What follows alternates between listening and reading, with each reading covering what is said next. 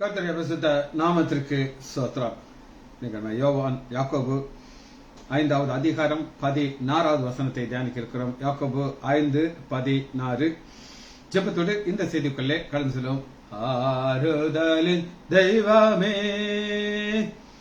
உம்முடைய திரு சமூகம் எவ்வளவு இன்பமானது. ஆமென், எவ்வளவு இன்பமானது. ஆறுதலின் தெய்வமே, உம்முடைய சந்நிதியில் தங்கியிருப்போர் உண்மையிலே பாக்கியவான்கள். உம்முடைய சந்நிதியில் தங்கியிருப்போர் உண்மையிலே பாக்கியவான்கள்.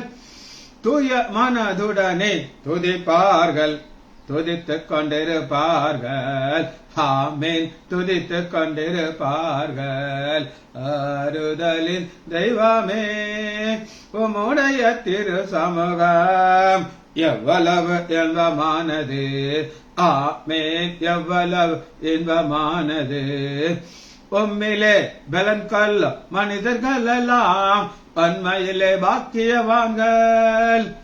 உம்மிலே பலன் கொள்ள மனிதர்கள் எல்லாம் உண்மையிலே பாக்கியவான்கள்.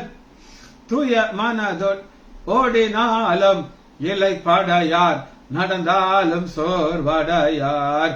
ஆமென், நடந்தாலும் சோர்வடையார்.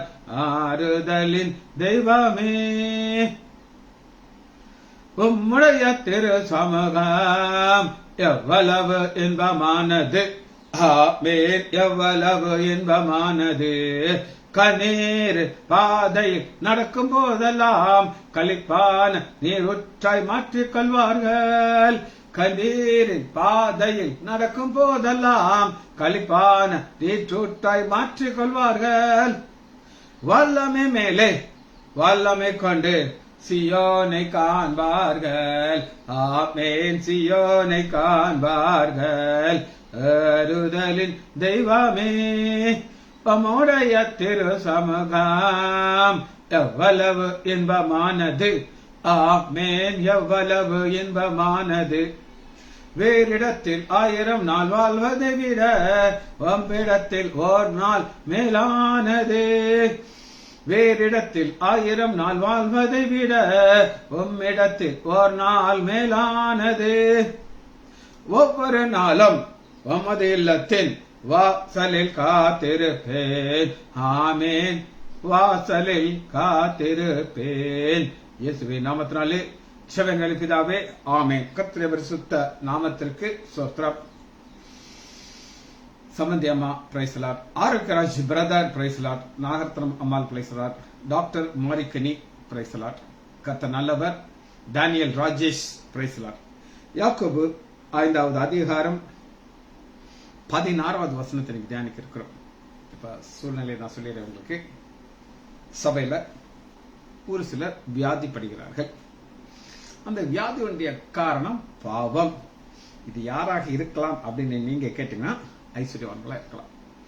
பாவம் செய்து அவர்களுக்கு நோய் வந்துருச்சு. இப்ப அவருடைய பணம் எதுவுமே பிரயோஜனப்பட மாட்டேங்குது. இப்ப எல்லாரும் எங்க வர்றாங்க? யாக்கூபிட்ட வர்றாங்க. என்னங்க யாக்கூபு நாங்க செய்யறது? நாங்க பாவம் செஞ்சிட்டோம், நாங்க என்ன செய்யறது? அப்ப அந்த நேரத்துல அவர் ஒரு ஆலோசனை சொல்லுகிறார். என்ன ஆலோசனை சொல்லுகிறார்னா 16வது வசனம், நீங்கள் சொஸ்தமடையும்படிக்கு உங்கள் குற்றங்களை ஒருவருக்கொருவர் அறிக்கை செய்து. ஃபர்ஸ்ட், குற்றங்களை ஒருவருக்கொருவர் அறிக்கை செய்துங்கிற ஒரு ஆலோசனை. ஏன்னா இவங்க ஒருவருக்கொருவர்னா 2 கூட்டம் இருக்கிறாங்க. ஒரு கூட்டம் ஏழைகள், ஆனா அவங்க விசுவாசத்துல ஐஸ்வர்யவாங்க. இதுவரை அந்த பணக்காரர்களுக்கு இருந்த கெத்தெல்லாம் போயிடுச்சு, எல்லா பவரும் போயிடுச்சு, ஒரே சோகமா இருக்கிறாங்க. நாங்க என்ன செய்யறது? அப்ப சொல்றாங்க. இந்த வசனம் தவறாக உபயோகப்படுத்தப்பட்டுச்சு. எப்படின்னு நீங்க கேட்கலாம். கத்தோலிக்க மக்கள் இந்த வசனத்தை எடுத்துக்கிட்டு ஒருவருக்கு ஒருவர் நாங்க அறிக்கை செய்யணும், நாங்க இயேசுட்ட அறிக்கை செய்யணும். ஒரு கூண்டு வச்சிருப்பாங்க, பாவ சங்கீத கூண்டுன்னு ஏதோ லீலாக்கெல்லாம் தெரியும், கத்தோலிக்க மக்களுக்கு தெரியும். அதுக்குள்ள பாஸ்டர் உட்காந்துருப்பார், ஒரு குட்டியா ஒரு கர்டன் போட்டிருப்பார்.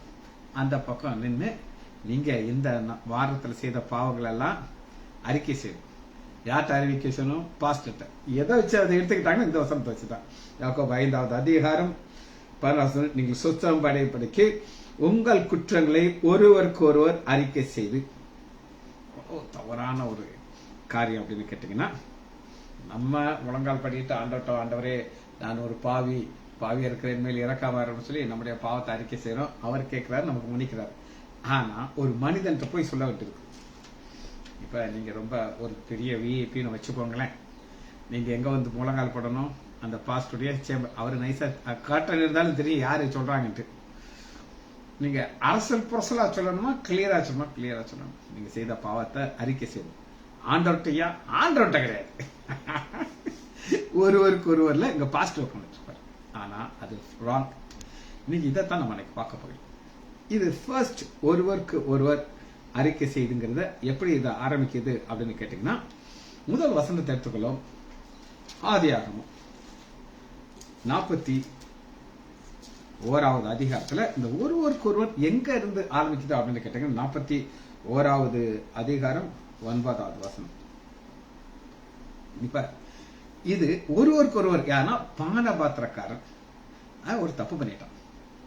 என்ன தப்பு பண்ணிட்டான் அப்படின்னு கேட்டீங்கன்னா, இவன் ஜெயில இருக்கான். யோசேப்பும் ஜெயில இருக்க. யோசேப்பு வந்து கேட்கிறாரு, ஏங்க நீங்க சோகமா இருக்கீங்கன்னு சொல்லி சொல்றாரு, நான் ஒரு கனவு காண்டேன் அப்படின்னு சொல்லி அதை சொல்லுகிறார். 40வது அதிகாரம் ஆதியாகமம் 40வது அதிகாரம் 13 வசனம்.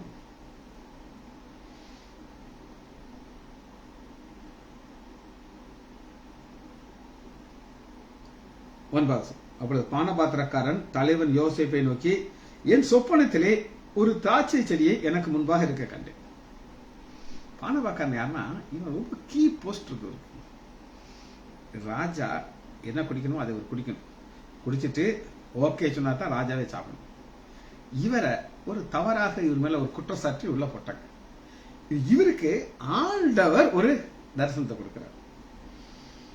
10வது வசனம் ஆதியாகமம் 40:10. அந்த திராட்சை செடியிலே 3 கொடிகள் இருந்தது. அது துளிர்த்துக்காரா இருந்தது. அது பூக்கள் மலர்ந்து அதன் குலைகள் பழுத்த பழமா இருந்தது. பார்வோனுடைய பாத்திரம் என் கையில் இருந்தது. நான் அந்த பழங்களை பறித்து பார்வோனுக்காக அது பிழிந்து அந்த பாத்திரத்தை பார்வன் கையில கொடுத்தேன் என்று சொப்பனத்தை சொல்ற. இதுதான் சொப்பனம். இதுக்கு ஒரு விளக்கத்தை யோசேப்பு சொல்லுகிறார். சொல்லிக்கிட்டு ஒரு ரிக்வெஸ்ட் வைக்கிறார். என்ன சொல்றாருன்னு கேட்டீங்கன்னா, அதற்கு யோசேப்பு 3 கொடிகள் 3 நாட்கள். சரியா? 3 கொடிகள் 3 நாட்கள். 3 நாள்களுக்குள்ளே பார்வோன் உன் தலையை உயர்த்தி, தலையை ஆண்டவர் உயர்த்துகிறார். சரியா? உயர்த்தி உன்னை மறுபடியும் உன் நிலைக்கு கொண்டு வருவார். முன்னே அவருக்கு பானம் கொடுத்து வந்த வழக்கத்தினுடைய பார்வனுக்கு முன்பாக கை கொடுப்பார். இதுதான் விளக்கம்னு சொல்லிக்கிட்டு அடுத்து ஒரு ரிக்வெஸ்ட் வைக்கிறார். பேஸ்புக்ல ஃப்ரெண்ட் ரிக்வெஸ்ட் வரும், பார்த்துருக்கீங்களா? எனக்கு வரும். எனக்கு யாருன்னே தெரியாது. ஃபாரின்ல இருந்தெல்லாம் வரும், அவங்க மூஞ்சியும் தெரியாது, லாங்குவேஜ். ஆனா அந்த ஃப்ரெண்ட் ரிக்வெஸ்ட் அப்படியே வரும். இது ஃப்ரெண்ட் ரிக்வெஸ்ட், பிரேயர் ரிக்வெஸ்ட், ஜெபக்குறிப்பு. என்ன ஜெபக்குறிப்பு வைக்கிறான்னு கேட்டேன்னா, இதுதான் அதற்கு சொல்லி அன்றி ஆடிங். இதுதான் ஆடிங். நீ வாழ்வடைந்திருக்கும் பொழுது, நீ எப்ப பார்வனுக்கு முன்னாடி நிற்பையோ அன்னைக்கு என்ன செய்யணும்னா, நீ என்னை நினைத்து என் மேல் தயவு வைத்து, எல்லாம் ஆண்டவர் செய்ய வேண்டிய காரியத்தெல்லாம் ஒரு மனுஷன் போய் சொல்றாரு. சரிங்களா? என்னை நினைத்து என் மேல் தயவு வைத்து என் காரியத்தை பார்வனுக்கு அறிவித்து இந்த இடத்திலிருந்து எனக்கு விடுதலையாக்க வேண்டும் இப்படின்னு சொல்லி ரீசனிங் சொல்லிட்டார். இத பானபாத்திரக்காரன் மறந்துட்டார். இப்ப வருஷம் ஆயிடுச்சு, 2 வருஷம் ஆயிடுச்சு. ஆதியாகமம் 41வது அதிகாரம் 1 வசனம். 2 வருஷம் சென்ற பின்பு பார்வோன் சொப்பனத்தை காண்கிறார். இப்பதான் ஒரு பாவ அறிக்கை நடக்குது. அது என்ன அப்படின்னு கேட்டீங்கன்னா, ஆதியாகமம் 41வது அதிகாரம் 9 வசனம். அப்பொழுது பானபாத்திரக்காரன் தலைவன் பார்வனை நோக்கி, நான் செய்த குற்றம் இன்றுதான் எனக்கு நினைவு வந்தது. நான் செய்த குற்றம், பாவ அறிக்கை ஜெபம். முதலாக பாவ அறிக்கை ஜெபம் பைபிள் வரும். அது என்ன சொன்னீங்கன்னா, பார்வோன் தன்னுடைய ஊழியக்காரன் மேல் கடும் கோபம் கொண்டு என்னை சுயம்பான் தலைவன் தள்ளி நானும் அவனும் 2 பேரும் ஒரே மாதிரி சொப்பனம் கண்டோம். அவன் எனக்கு சொப்பனத்துக்கு அர்த்தம் கொடுத்தான். அதுபடி நடந்துச்சு அப்படிங்கிறார். ஆனா ஏன் ஆண்டவர் இதை அனுமதிக்கிறார் அப்படின்னு கேட்டீங்கன்னா, ஒரு வேலை ஒரு ரெக்கமெண்டேஷன்ல, யார் ரெக்கமெண்டேஷன்ல, பானபாத்திரகான் ரெக்கமெண்டேஷன்ல யோசேப்பு வெளியே வந்திருக்கலாம். வந்திருந்தாருன்னா ஒவ்வொரு இடத்துலயா போய் வேலை கேட்கணும். ஐயா, நான் ஜெயில் ரிட்டர்ன், ஃபாரின் ரிட்டர்ன் மாதிரி ஜெயில் ரிட்டர்ன், என்னையா செஞ்ச? நான் என்னுடைய எஜமானுடைய மனைவியை தவறாக வாழ்க்கை நடந்ததாக என் மேல் ஒரு குற்றம் சாட்டப்பட்டது. ஆனா ஆண்டவர் ஏன் அதை மறக்க செய்தார் அப்படின்னு கேட்டீங்கன்னா, ஆண்டவருடைய நோக்கம் பார்வோனுக்கு ஈக்குவலாக யோசனை பண்ணார். சரி, முதல் முறையாக பாவ அறிக்கை நம்ம பார்த்தோம். சரி, 2வது பாவ அறிக்கை நம்ம பார்க்க போயிடும். 2 சாமுவேல்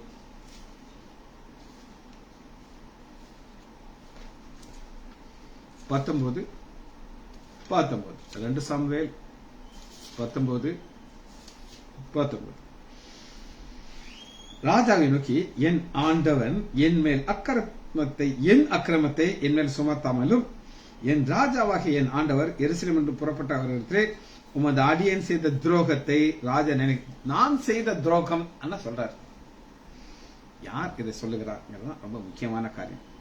16 சீமேயி ஒரு மனிதன் ஒரு பாவம் செய்தான். பாவம் செய்துட்டு இவன் என்ன நினைத்தான் அப்படின்னு கேட்டீங்கன்னா, தாவீதுடைய கதை முடிச்சிடும், தாவீது அழிஞ்சே போயிடும், இவனால மேல வர முடியாது. அதனால நான் இஷ்டத்துக்கு மனசுல வந்ததெல்லாம் சொல்லி என்ன செய்வேன், திட்டுவேன் அப்படின்னு சொல்லி எப்படி திட்ட ஆரம்பிக்கிறார் அப்படின்னு கேட்டீங்கன்னா, 16வது அதிகாரம் 7வது வசனம். 2 சாமுவேல் 16:7. தாவீது இருதயம் உடைஞ்சிருச்சு. தன் மகன் அப்சலோமுக்கு பயந்து, அப்சலோம் எருசலேமை தீ வச்சு எரிச்சுவான் அப்படின்னு பயந்து அப்படியே தலையை குனிஞ்சுக்கிட்டு வெறுங்காலில் ஒலிவ மலையிலே இறங்கி வருகிறார். இறங்கி வரும்பொழுது 5வது வசனம். 2 சாமுவேல் 16:5. ராஜா பாகூர் மட்டும் வந்த பொழுது, இதோ சவுலின் வீட்டு வம்சத்தானாகிய கோராகின் குமாரனாகிய சீமேயு என்று பேருள்ள மனுஷன் அங்கிருந்து புறப்பட்டு தூஷித்துக் கொண்டே நடந்து வந்தான். தூஷித்துக் கொண்டே நடந்து வர்றவன் நினைச்சான், தாவீது சொல்லி முடிச்சிடும், இனி இவனால வெளியில வரவே முடியாது, அப்சலோம் வருவான், இவனை காலி பண்ணிடுவான், நான் என்ன செய்வேன்னா இவனை தூஷிப்பேன், செத்து போன நாய் தானே அப்படின்னு தூஷிக்கிறான். 6வது சகல ஜனங்களும் பலசாலிகளும் தாவீதின் வலது இடம் இருக்கிறார். அதாவது தாவீதுன்னு வெறும் ஆள் கிடையாது, எல்லா தளபதிகள் ரைட்லயும் லெப்ட்லயும் இருக்கிறாங்க. ஆனா வெக்கத்தோடு நடந்து வந்துட்டு இருக்கிறாரு. அந்த நேரத்தில் தாவீதின் மேலும் தாவீதின் ராஜாவுடைய சகல ஊழியர்களும் கல்களை இருந்தான். ஒரு அவமானமான காரியம். இதெல்லாமே நினைச்சா இங்க தாவீது வாழ்க்கை முடிஞ்சிடும் எல்லாம் செய்யறான். ஆனா ஆண்டவர் முடிய வைக்க மாட்டேங்கிறார். அடுத்து என்ன இருக்கு? சவுலின் ஸ்தானத்திலே ராஜாவாக்கிய, சவுலுடைய ஸ்தானத்துல ராஜாவாக இருந்த கொண்டே கர்த்தர் சவுல் வீட்டில இருந்து ரத்த பிள்ளையை திருப்பணும். சவுல் செய்தது அவனுக்கு தெரியும். ஆனாலும் பாத்தீங்கன்னா தூஷிக்கிறது ஒரு சிலருடைய கேரக்டர் நான் பார்த்திருக்கேன். சிலரெல்லாம் ஒரு சிலர் திட்டிக்கிட்டே இருப்பாங்க. எனக்கெல்லாம் வருத்தமா இருக்கு, என்னையா இப்படி திட்டுறது, என்ன உனக்கு லாபம் கிடைக்கும், நமக்கு தேவையில்லை. சரியா? கர்த்தர் ராஜபாரியத்தை உன் குமாரனாகிய அப்சலோம் கையில ஒப்பு கொடுத்தார். இதுதான் இவனுக்கு ஒரு தைரியம் வந்துச்சு. திட்டிக்கிட்டே இருக்கிறான். அப்பொழுது செரியாவின் குமாரனாகிய அபிசாய் ராஜாவை நோக்கி, அந்த செத்த நாய் ராஜாவாகிய என் ஆண்டவனை தூஷிப்பான், நான் போய் அவன் தலையை வாங்கி கொண்டு வரட்டுமான். நம்ம காசு கொடுத்து வாங்கிட்டு வர மாதிரி வாங்கிட்டு வரட்டாங்க. இதுவும் நாட்டினா போதும், அவன் தலை கையில வந்துடும். தலையை உயர்த்துறார் ஆண்டவர். உயர்த்தினாரா? இங்க தலைய எடுப்பான், தலையை வாங்கிட்டு வரட்டுமா. அதுக்கு ராஜா, செருபாவின் குமாரனாகிய உனக்கு அவன் என்னை தூஷிக்கட்டும். இதாங்க நான் படிச்ச பைபிள்ல அநேக இடத்துல எனக்கு இருதயத்துக்கு ரொம்ப சந்தோஷம். தூஷிக்கட்டும், தாவீதை தூஷிக்க வேண்டும் என்று கர்த்தர் அவனுக்கு சொன்னார். ஆகியால் இப்படி சரி நீ எப்படியா கேட்கலாம், ஆண்டவர் சொல்லிதான் நடக்குது. எல்லாமே ஆண்டவர் காரியம். நமக்கு எந்த இதுனாலும் அது ஆசீர்வாதமா இருந்தாலும் எதுனாலும் அவருடைய கரத்தில் இருந்தா வரணும். பின்பு தாவீது அபிசாமி எல்லாரையும் பார்த்து சொல்லுகிறாரு, என் கருப்ப பிறப்பான என் குமாரனே, என் பிராணனை வாங்க தேவை, இந்த பென்னியை மாத்து. அவன் தூசிக்கட்டும், இன்னும் தூசிக்கட்டும். ஒருவேளை நாங்க இந்த வசனத்தை நீங்க அண்டர்லைன் பண்ணி சொல்லணும். 12ஆம் வசனம் கீ வசனம். ஒருவேளை கர்த்தர் என் சிறுமையை பார்த்து இந்த நாளிலே அவன் நிந்தனைக்கு பதிலாக எனக்கு நன்மையை சரி, அந்த நன்மையை சரி கட்டதான் இப்ப இப்ப வர்றாரு வாயை பூத்திக்கிட்டு 2 சாமுவேல் 19:19 எல்லாம் செஞ்சிட்டு அப்படியே பூனை மாதிரி குனிஞ்சுக்கிட்டே வர்றாரு. அறிக்கை செய்கிறார், பாவ அறிக்கை செய்கிறார். இதான் ஒருவருக்கு ஒருவர் செய்கிற பாவ அறிக்கை. நீங்க போய் பாஸ்டர் சொல்ற பாவ அறிக்கை அது கிடையாது. 2 சாமுவேல் 19வது அதிகாரம் 19வது வசனம் 18வது வசனம். அவர்கள் ராஜாவின் வீட்டாரை இக்கரைப்படுத்தவும் ஒரு படகு வருகளே. அப்பொழுது கோராகின் குமாரனாகிய சீமேயி யோர்தானை கடக்கிற ராஜாவுக்கு முன்பாக தாழ விழுந்து, அறிக்கை செய்யறதுக்கு முன்னாடி இவர் என்ன செய்யறாருன்னா தாழ விழுந்து செத்து போயிட்டான். திரும்ப ராஜா ஆயிட்டார் இவர். இன்னைக்கு ஏன் தலை போகாம இருக்கணும்? ராஜாவை நோக்கி, என் ஆண்டவரே, என் அக்கிரமத்தை என்னில் சுமத்தாம். இதான் அறிக்கை. ராஜாவாகிய என் ஆண்டவர் எருசலேம் என்று புறப்படாலே, நான் உமக்கு செய்த துரோகத்தை ராஜா நினைக்காமலும் தமது மனதில் வைக்காமலும் நான் பாவம் செய்தேன். பாவ அறிக்கை. சரி, 2 பாவ அறிக்கை நான் உங்களுக்கு காமிச்சிட்டேன். சரி, 3வது ஒரு பாவ அறிக்கையை நம்ம புதிய ஏற்பாட்டில் நம்ம பார்க்க போயிடும். பார்ப்போமா? மத்தேயு 3வது அதிகாரம் 6வது வசனம் 3:6. இப்ப ஒரு கேரக்டர் வர்றாங்க. அவங்க பார்க்காத ஒரு கேரக்டரை இஸ்ரேல் மக்கள் பார்க்கறாங்க. அது யோவான் ஸ்நானகன். எல்லாமே வித்தியாசமா இருக்கு. அவர் ட்ரெஸ் வித்தியாசமா இருக்கு, பேச்சு வித்தியாசமா இருக்கு, சாப்பாடு வித்தியாசமா இருக்கு. இவரை பொறுத்து நான் உங்களுக்கு நிறைய சொல்லியிருக்கிறேன். நம்ம அங்க போக வேண்டாம், நான் எல்லாம் சொல்லி முடிச்ச காரியங்களுக்கு. ஆனா 4வது மத்தேயு 3:4. இந்த யோவான் ஸ்நானகன் ஒட்டகமயிர் உடை தரித்து தன் அறையில வார்க்கட்டி கொண்டு வெட்டுக்கிளியும் காட்டதையும் ஆகார். அப்படி எருசலேம் நகரத்தாரும் யூதா டோட்டல் 12 கோத்திரம் யூதா தேசத்தின் அனைவரும் யோர்தானுக்கு அடுத்த சுற்றுவதில் போய் தங்கள் பாவங்களை அறிக்கையிட்டு யோர்தான் நதியிலே ஞானம். இந்த பாவ அறிக்கையை ஏன் இவர்கள் செய்கிறார்கள் அப்படின்னு நீங்க கேட்டீங்கன்னா, அந்த அப்பியரன்ஸ். இவர் ஒரு வேதபாரர், பைபிள் ரைட்டர். என்னது ஸ்கிரைப்னு பைபிள் எழுதுறது. அப்படிப்பட்ட ஒருத்தர் யார்கிட்டையும் பேச மாட்டார். அவங்க இடத்த விட்டுட்டு வெளியவே வரமாட்டாங்க. அவங்க லொக்கேஷன் எங்க இருக்கும் அப்படின்னு கேட்டீங்கன்னா, செங்கடல் பக்கத்துல. சார், செங்கடல்ல சவக்கடல், தப்பா சொல்லிட்டோம், சவக்கடல் டெட் சி பக்கத்துல ஒரு இடத்துல இருப்பாங்க. அவங்க காலையில இருந்து நைட் வரை பைபிள் தோல் சொல்லி எழுதிட்டே இருப்பாங்க. அப்படிப்பட்ட ஒரு நபர் வர்றாரு. இவர் இயேசு கிறிஸ்துக்கு முன்னோடி. அந்த முன்னோடிங்கிற ஒரு பவரை காட்டுறதுக்கு இயேசு கிறிஸ்துக்கு என்னெல்லாம் செய்யறாங்களோ அந்த மாதிரியான அவர் கிடைக்குது. சரி, இது யோவான் ஸ்நானகர்.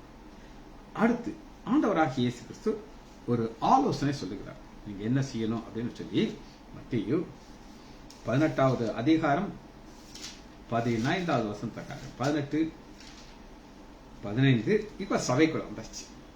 18-15. உன் சகோதரன் உனக்கு விரோதமாக குற்றம் செய்தால் அவனிடத்திலே போய் நீயும் அவன் தனித்திருக்கே, கும்பல்ல போய் சொல்லக்கூடாது, தனியா இருக்கிற போய் சொல்லணும். நீயும் அவன் தனித்திலே அவன் குற்றத்தை அவனுக்கு உணர்த்து, அவன் உனக்கு செவி கொடுத்தால் உன் சகோதரனை ஆதாயப்படுத்து. அவன் செவி கொடாமல் போனான். அவன் உங்ககிட்ட பாவ அறிக்கை செய்யணும். ஆமா அண்ணே, நான் இப்படி செய்தேன், நான் தவறு செய்தேன்னு சொல்லி அவன் பாவ அறிக்கை செய்யணும். செய்யாட்டா என்ன செய்யணும் அப்படின்னு கேட்டீங்க, அதே அவன் சொல்றாரு. அவன் செவி கொடாம போனார். 2 அல்லது 3 சாட்சிகள் வாக்கினாலே சண்டை நிறுவனம். அவனோட கூட்டு போய் அவனை செவி கொடாமல் போனார் சபைக்கு தெரிவிக்கணும். சபைக்கு தெரிவிக்கணும்னா அவனை அஞ்ஞானியமா தூரம் தள்ளி விட்டு அவங்க மேல. அப்ப அவன் தவறு செய்தே என்ன செய்யணும்? அறிக்கை செய்யணும். அறிக்கை செய்யலன்னா அவன் இருந்து வேஸ்ட். ரைட், அடுத்த காரியத்தை காட்டுவோம். லூக்கா 7வது அதிகாரம் 3வது லூக்கா 7:3. இப்ப அறிக்கை செய்யறதை குறித்து பார்த்தோம்னா இப்ப அடுத்த ஒரு அறிக்கை வருது, அது நன்மையின் அறிக்கை லிஸ்ட். இது என்ன அறிக்கை பார்ப்போம். ஆண்டவராகிய இயேசு கிறிஸ்து இருக்கார். அப்ப ஒரு 100க்கு அதிபதி வேலைக்காரன் நோயா இருக்கார். அப்ப நம்ம ஆண்டவராகிய இயேசு கிறிஸ்து ஒரு லிஸ்ட் கொடுக்குறாங்க. ஐயா, இது பாவ அறிக்கை கிடையாது, அவன் இஸ்ரேல் மக்களுக்கு செய்த நன்மை. அவன் யூதனும் கிடையாது, இஸ்ரேலனும் கிடையாது. ஆனா பாப்போமா, லூக்கா 7வது அதிகாரம் 2வது வசனம். அங்கே 100க்கு அதிபதியாகிய ஒருவன் பிரியமான வேலைக்காரன் வியாபாரம் வேலைக்காரன் தான், ஆனா பிரியமான வேலைக்காரன். எப்படி பிரியமான நமக்கு தெரியாது, ஆனா மரணத்துக்கு எதுவாக இருக்க இயேசு அவன் 100க்கு அதிபதி. அவன் பவர்ஃபுல் ஃபெல்லோ, அவன் என்ன நினைச்சாலும் நடக்கணும். இயேசுவை குறித்து கேள்விப்பட்ட பொழுது அவர் தன் வேலைக்காரனை குணமாக்க வேண்டும் என்று வேண்டிக் கொள்ளும்படி யூதருடைய மூப்பர்ல அனுப்புறான். யூதருடைய மூப்பர், உங்களுக்கு நாங்க மூப்பரை குறித்து பார்த்தேன் பார்த்தீங்களா. இந்த யூதருடைய மூப்பர் எப்பவுமே ஆண்டவர் கொள்றதுக்கு, ஆனா இப்ப ஒரு ரிக்வஸ்டோட வர்றாங்க. என்ன ரிக்வஸ்டோட அறிக்கை செய்யறாங்க அப்படின்னு கேட்டீங்கன்னா, அவர்கள் இயேசுவிடத்தில் அவரை கருத்தாக வேண்டிக் கொண்டு, அந்த பந்தாலாம் போயிருச்சு, கருத்தா நடந்து கையை கூணி வணக்கம் வச்சு, ஆண்டவராகிய இயேசு கிறிஸ்துவே, நாங்க ஒரு மூப்பர், ஆனா யூதருடைய மூப்பர், இந்த தயவு செய்யறதுக்கு அவன் பாத்திரனா இருக்கிறான். ஃபர்ஸ்ட் பாத்திரம் அப்படின்னு என்ன அர்த்தம்? நீங்க கட்டாயம் இதை செய்யணும், அவருக்கு இது கட்டாயம் நீங்க செஞ்சுதான் ஆகணும் ஆண்டவரே அப்படிங்கிறார். அவன் நம்முடைய ஜனத்தை நேசிக்கிறான். ஃபர்ஸ்ட் ஏன் அவன் பாத்திரம் அப்படின்னு நேசிக்கிறான். இவங்க எல்லாம் நேசிக்கவே மாட்டாங்க. இவங்களுக்கு இந்த யூதர்ல பார்த்தா ஒரு அடிமை, ஆனா நேசிக்கிறான். அதனால நீங்க என்ன செய்யணும் அறிக்கையில நம்பர் 1. 2வது பாருங்க, நமக்கு ஒரு ஜெப ஆலயத்தை, நமக்கு இங்க மட்டும் இப்ப மட்டும் நமக்கு இல்லைன்னா இங்க கேச கொலை செய்யறாங்க. இப்ப அந்த அளவுக்கு அறிக்கை செய்ய வைக்கிற அளவுக்கு ஆண்டவங்களை தாழ்த்துக்கிறார். அப்பொழுது இயேசு போய் என்ன செய்யறாரு செய்யறாரு. அப்ப இது அறிக்கை, பாவ அறிக்கைங்கிற நன்மைங்கிற ஒரு அறிக்கை நம்ம பார்க்கிறோம். சரி, அப்போஸ்தலர் 19வது அதிகாரம் 18வது. அப்போஸ்தலர் 19:18. விசுவாசிக்கிறவர்கள் அநேகர் தங்கள் செய்களை வெளிப்படுத்தி அறிக்கையிட்டார்கள். இது என்ன அப்படின்னு கேட்டீங்கன்னா, சபை வந்துருச்சு. சபைக்குள்ள ஆண்டவர் அடையாளங்கள் அற்புதத்தை செய்யறாங்க.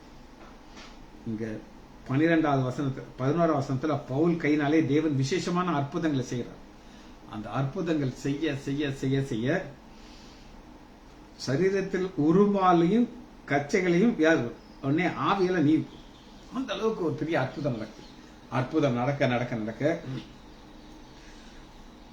ஒரு பொல்லாத ஆவி மேல பாஞ்சு ஓடுது. எல்லாத்தையும் பார்க்கும் பொழுது 14 இது எபேசிலே குடியிருந்த யூதர் கிரேக்கர் அனைவருக்கும் தெரிய வந்த போது அவர்கள் பயமடைந்தார்கள். கர்த்தராகிய இயேசுவின் நாமம் மகிமைப்பட்டது. அதான் விசுவாசிக்கிறவர்கள் அனைவர்கள் தங்கள் செய்களை வெளிப்படுத்தி அறிக்கிறது. என்னன்னா ஆளாளா வர்றாங்க. யார் ஏன் மூலமா ஒரு அற்புதம் நடந்துச்சு சொல்றேன் கேக்குறீங்களா அப்படின்னு ஒருத்தர் சொல்றேன். இன்னொருத்தர் சொல்றேன், யா இதெல்லாம் என்னையா நான் செய்த ஒரு அற்புதம், ஆண்டவர் செய்த என் மூலமாக செய்த அற்புதம் தெரியுமான்ட்டு ஒவ்வொருத்தரா சொல்றாங்க. இயேசுடைய நாமம் மகிமைப்பட்டுச்சு. அறிக்கையை குறித்து டீட்டெயிலா நம்ம பார்த்தது. செகண்ட் பார்ட் நம்ம பார்க்க இருக்கிறோம். அது என்ன அப்படின்னு கேட்டீங்கன்னா, யாக்கோபு 5வது அதிகாரம் ஜெபம் 16:5-16. நீங்கள் சுஸ்தம்படைபடிக்கு உங்கள் குற்றங்களை ஒருவருக்காக அறிக்கையிட்டு ஒருவருக்காக ஒருவர் ஜெபம் பண்ணுங்க. ஒருவருக்காக ஒருவர் ஜீவிக்கிற ஜெபத்தை 2வது பார்ட்டா பார்க்கிறோம். அது என்ன அப்படின்னு கேட்டீங்கன்னா, கொலேசியர் 1வது அதிகாரம் 9வது வசனம். கொலேசியர் 1:9. பவுல் ஒருவருக்கு ஒருவர் ஜெபிக்கிறத பற்றி என்ன சொல்லுகிறார்? இது நிமித்தம் நாங்கள் அதை கேள்விப்பட்ட நாள் முதற்கொண்டு உங்களுக்காக இடைவிடாமல் ஜெபிக்கிறோம். உங்களுக்காக இடைவிடாமல் ஜெபிக்கிறோம் அப்படின்னு சொல்லிட்டு நீங்கள் அது ஜெப குறிப்பை சொல்லிடுறாங்க. ஒரு இங்க ஜெபம் எதுக்காகனா வியாதி போறதுக்கு. ஆனா ஒருவருக்கு ஒருவர் ஜெயிக்கிற விதத்துல அடுத்த பேட்டர்ன் உங்களுக்கு நான் காட்டுறேன். நீங்கள் எல்லா ஞானத்தோடும் ஆவிக்குரிய விவேகத்தோடும் அவருடைய சிந்தையை அறிகிறதினால் நிரப்பப்படணும். சகலவித நற்கிரிகளாகிய கனிகளை தான். சபைக்குள்ள வந்துட்டீங்க ஐயா, எதுக்காக வந்தீங்க தெரியாது, என்ன செய்துட்டு இருக்கீங்க தெரியாது. நற்கனி, நற்கிரிகளாகிய கனிகளை தந்து, அப்போ ஒருவருக்கு ஒரு ஜெபிக்கும் பொழுது அந்த கனியே வெளியே வருது. சரி, அடுத்து ஒருவருக்கு ஒருவர் ஜெபிக்கிற ஜெபத்துல நெக்ஸ்ட் பாயிண்ட் நம்ம பார்க்க போகிறோம். 1 தெசலோனிக்கேயர் 5வது அதிகாரம் 17வது வசனத்துல இடைவிடாமல் ஜெபம் பண்ணுங்க. நீங்கள் இடைவிடாமல் ஜெபிக்கும் பொழுது என்ன நடக்குங்கிறத 23வது வசனத்தை பார்க்கணும். ஒருவருக்கு இருக்கிற ஜெபம், அந்த ஜெபம் இடைவிடாமல். சமாதானத்தின் தேவன் தாமே உங்களை முற்றிலும் பரிசுத்தமாக்குவார். ஃபர்ஸ்ட் நம்முடைய ஆண்டவரை எப்படி பார்க்கிறார்னா சமாதானத்தின் தேவன். உங்கள் ஆவி, ஆத்துமா, சரீரம் முழுவதும் நம்முடைய கர்த்தராகிய இயேசு கிறிஸ்து வரும்பொழுது குற்றமற்றதாக இருக்கும்படி காக்கப்படுவதாக. ஒரு வசனத்துல பைபிள் முழுவதும் ஆதியாகமத்தை வெளிப்படுத்தல தேடி பார்த்தீங்கன்னாலும் ஒரே ஒரு வசனத்துல ஆவி, ஆத்துமா, சரீரம் 3 இருக்கும். ஒரு இடத்துல வேற வேற இடத்துல இருக்கும். ஒரு இடத்துல ஆவி இருக்கும், ஒரு இடத்துல ஆத்மா இருக்கும், ஒரு இடத்துல சரீரம் இருக்கும். 24 வசனம், உங்களை அழைத்தவர் உண்மையிலவர், அவர் அப்படி எப்படி செய்வார்? நீங்க இடைவிடாமல் ஜெபிக்கும் பொழுது ஆவி, ஆத்மா, சரீரம் காக்கப்படும். 25, சகோதரரே எங்களுக்காக வேண்டியது. என்ன அருமையா சொல்றீங்க. ஒருவருக்கு ஒரு ஜெபத்துல எங்களுக்காக நீங்க ஜெபிக்கணும். மற்றவங்களுக்காக ஜெபிக்கணுமா? எஸ், ஜெபிக்கணும். அது ஆண்டோடைய இந்த காட்ஸ் பிளான் இருக்கு. சரி, அடுத்து அந்த ஒருவருக்கு ஒரு ஜெபிக்கிற ஜெபத்துல எபிரேயர் 13:18 எங்களுக்காக வேண்டிக் கொள்ளுங்க. யார் அந்த எங்களுக்காக? அதான் பார்க்கணும். யார் அந்த எங்களுக்காக? சரி, அது யாரும் பார்ப்போம். 17 எபிரேயர் 13:10 உங்களை நடத்துகிறவர்கள் உங்கள் ஆத்மாக்காக உத்தரவாதம் பண்ணுகிறார். விழித்திருந்தபடியாலே அவர்கள் துக்கத்தோடு அல்ல சந்தோஷத்தோடு அதை செய்யும்படிக்கு அவர்களுக்கு கீழ்ப்படிந்து அடங்குங்கள். அவர்கள் துக்கத்தோடு அப்படி செய்தால் அது உங்களுக்கு பிரயோஜனமாக. எங்களுக்காக வேண்டிக் கொள்ளுங்கள். இது எங்களுக்காக நீங்க வேண்டிக் கொள்ளும் போது என்ன நடக்கும் அப்படின்னு கேட்டீங்கன்னா, உங்களுடைய ஆத்மா ஒரு நீர்ப்பாய்ச்சல் உள்ள தோட்டமாக மாறிடும். ஏன்னா இந்த ஆத்மாக்காக இங்க பாரத்தோடு ஜெபிச்சு வசனத்தை உங்களுக்காக போதிக்கிறார்கள். அவர்களை நீங்க துக்கப்படுத்தவே கூடாது. சரி, ஆபிரகாம் ஜெபம் நம்ம பார்க்க போறோம். தனக்காக ஜெபிக்கல, அவர் பிறருக்காக ஜெபித்தார். எப்படி ஜெபித்தார்? யாருக்காக ஜெபித்தார்? ஆதியாகமம் 20வது அதிகாரம் 17. இப்ப ஆண்டவர் என்ன செய்தார் அப்படின்னு கேட்டீங்கன்னா, ஆபிரகாமுடைய மனைவியாகிய சாராள் நிமித்தம் கர்த்தர் அபிமெலேக்குடைய வீட்டாரின் கர்ப்பத்தை எல்லாம் அடைத்தபடினார். ஆண்டவர் அடைச்சு வச்சுக்கிட்டு பார்க்கிறாரு என்ன நடக்குது அப்படின்னு சொல்லி. ஆபிரகாம் தேவனை நோக்கி வேண்டி கொண்டான். அப்பொழுது தேவன் அபிமெலேக்கையும் அவன் மனைவியார் எல்லாரையும் பிறருக்காக ஜெபிக்கும் பொழுது பாவ அறிக்கைங்கிறது ஒரு செக்ஷன். நோய் வந்துருச்சா மற்றவங்களுக்காக ஜெபம் பண்ணுங்கிறாரு. ஆபிரகாம் ஜெபம் பண்ணாரு. அந்த கர்ப்பத்தெல்லாம் திறந்து விட்டார். ஏதாவது ஒரு வல்லமையை காட்டுறோம் பாத்தீங்களா. அடுத்து 2 நாளாகமும் எடுத்துக்கொள்ளவும். 30வது அதிகாரம் 2 நாளாகமும் 30வது அதிகாரம் 20. கர்த்தர் எசேக்கியாவின் விண்ணப்பத்தை கேட்டு ஜனங்களுக்கு அனுப்புங்க. எசேக்கியேல் தனக்காக ஜெபம் இல்லைங்க, யாருக்காக? அவனுக்காக ஜெபம். அவருடைய ஜனங்களுக்காக ஜெபிக்கிறார். ஜனங்களுக்கு அனுகூலம் செய்தார். அந்த அனுகூலம் செய்ததுல ஃபர்ஸ்ட் ஆசீர்வாதம் 21 கீத வாக்கியத்தினால் கர்த்தரை துதித்துக் கொண்டிருந்தார்கள். 22 பாருங்க, கர்த்தரை துதித்துக் கொண்டிருந்தார்கள். 23 7 நாளும் ஆனந்தத்தோடு ஆசரித்தார். ஹாப்பினஸ். அதெல்லாம் எப்ப வரும் அப்படின்னு கேட்டீங்கன்னா, மற்றவர்களுக்காக ஜெபிக்கும் போது. எசேக்கியேல் ராஜாவா? ஆமா ராஜா. ஆனா என்னைக்கு மற்றவங்களுக்காக ஜெபிக்கிறாரோ அன்னைக்கு ஆண்டவர் ஆசீர்வாதத்தை கொடுக்கிறார். புதிய ஏற்பாட்டு சில வசனங்களை பார்த்து அதை முடிக்க போயிடும். லூக்கா 9வது அதிகாரம் 6வது. லூக்கா 9:6. அவர்கள் புறப்பட்டு போய் சீசர் அவர்கள் முதல்ல செலுத்தணும். அவருடைய 12 சீஷர்களை வரவழைத்து சகல பிசாசுகளை துரத்தும், வியாதியை குணமாக்கும், அதுக்கு வல்லமையும் அதிகாரத்தை பவரை கொடுத்தார். இன்னைக்கு அதை கொடுத்தாங்கன்னா என்ன நடக்கும்? அதை பிசினஸா மாத்திடுவாங்க. பிசினஸா மாத்துறது நம்ம மக்களுக்கு நல்லா தெரியும். ஆனா அவங்க என்ன செய்தாங்கன்னா தேவனுடைய ராஜ்யத்தை குறித்து பிரசங்கிக்கும். ஒரு காம்பினேஷன். தேவனுடைய ராஜ்யத்தை குறித்து பிரசங்கம் பண்ணிட்டு நீ ஒரு அற்புதத்தை நடத்தும் பொழுது மக்கள் என்ன செய்வாங்க? தேவனுடைய ராஜ்யத்தை ஏற்றுக்கொள்வார்கள். ஆனா மக்கள் தங்களுடைய சுய புராணத்தை சொல்லுவாங்க. நான் யார் தெரியுமா? நான் ஜெபம் பண்ணின உடனே தலைவலி ஓடிய போயிடுச்சு சொல்லுவாங்க. அதெல்லாம் நமக்கு தேவையில்லை. அப்படி சொல்லிட்டு இருக்கும்பொழுது 6வது வசனம், அவர்கள் புறப்பட்டு போய் என்ன சொல்றாங்கன்னா, கிராமம் தோறும் திரிந்து எங்கும் சுவிசேஷத்தை பிரசங்கித்து பிணியாளை குணப்படுத்தினார்கள். ஒரு ஹீலிங் எப்ப வரும் அப்படின்னு கேட்டீங்கன்னா, ஜெபிக்கும் போது வரும். ஆனா ஒரு அற்புதம் இவர்கள் மூலமா நடக்கும்போது இந்த பிளஸிங் வரும். சரி, கடைசி ஒரு வசனத்தை வாசித்து இந்த செய்தியை முடிக்க போகிறோம். அப்போஸ்தலர் 10வது அதிகாரம் 38வது வசனம். 10:38. நசரேயனாகிய இயேசுவை தேவன் பரிசுத்த ஆவியினாலும் வல்லமையினாலும் அபிஷேகங்கிறது சிட் அப்பார்ட், ஒரு பர்டிகுலர் காரியத்துக்காக ஆண்டவர் கொடுக்கிற ஒரு விசேஷம். இப்ப ஒரு சிலருக்கு வேதத்தை போதிக்கிற ஒரு ஊழியத்தை கொடுப்பார். அந்த ஊழியத்தை கொடுத்துட்டு அதுக்கு ஒரு கிருபையும் கொடுப்பார், வரத்தையும் கொடுப்பார். அதனாலதான் அவங்களால ஒரு வசனத்தை 2 நாள் 3 நாள் சொல்ல முடியும். அடுத்து ஆண்டவருக்கு செய்தது என்ன அப்படின்னு நீங்க கேட்டீங்கன்னா, தேவன் அவரோடு கூட இருந்தபடினாலே அவர் நன்மை செய்கிறதாகவும் பிசாசின் வல்லமையினாலே அகப்பட்டவர்கள் யாரும் குணமாகும். ஹீலிங் இது ஒரு விசேஷமான பவர். யாருக்கு கொடுப்பார் அப்படின்னு நீங்க கேட்டீங்கன்னா, யார் மூலமாக தேவனுடைய ராஜ்யம் கட்டப்படுகிறதோ அவங்களுக்கு கொடுப்பார். 2 காரியம் பார்த்தோம். ஒன்னு, ஒருவருக்கு ஒருவர் அறிக்கை செய்து, அதை நம்மளுக்கு டீட்டெயிலா பல வசனங்கள் மூலம் வசனம். அடுத்து மற்றவர்களுக்காக ஜெபிக்கிற ஜெபம். ஜெபிச்சு படிப்போமா? மகா இரக்கமும் கிருபையுமுள்ள பிதாவே, உம்மை துதிக்கிறேன். நானே நன்றி. நாங்கள் ஒருவருக்கு ஒருவர் அறிக்கை செய்தலே பல வகையான அறிக்கையிலே நாங்கள் தியானித்தோம் ஐயா. மற்றவர்களுக்காக ஜெபிக்கிற ஜெபத்தை தியானித்தோம் ஐயா. பிள்ளைகள் ஒவ்வொருவரையும் ஆண்டவராகிய இயேசு கிறிஸ்துவின் நாமத்தினாலே ஆசீர்வதிக்கிறேன். இயேசுவின் நாமத்தினாலே ஜெபங்களை பிதாவே. ஆமேன், ஆமேன், ஆமேன்.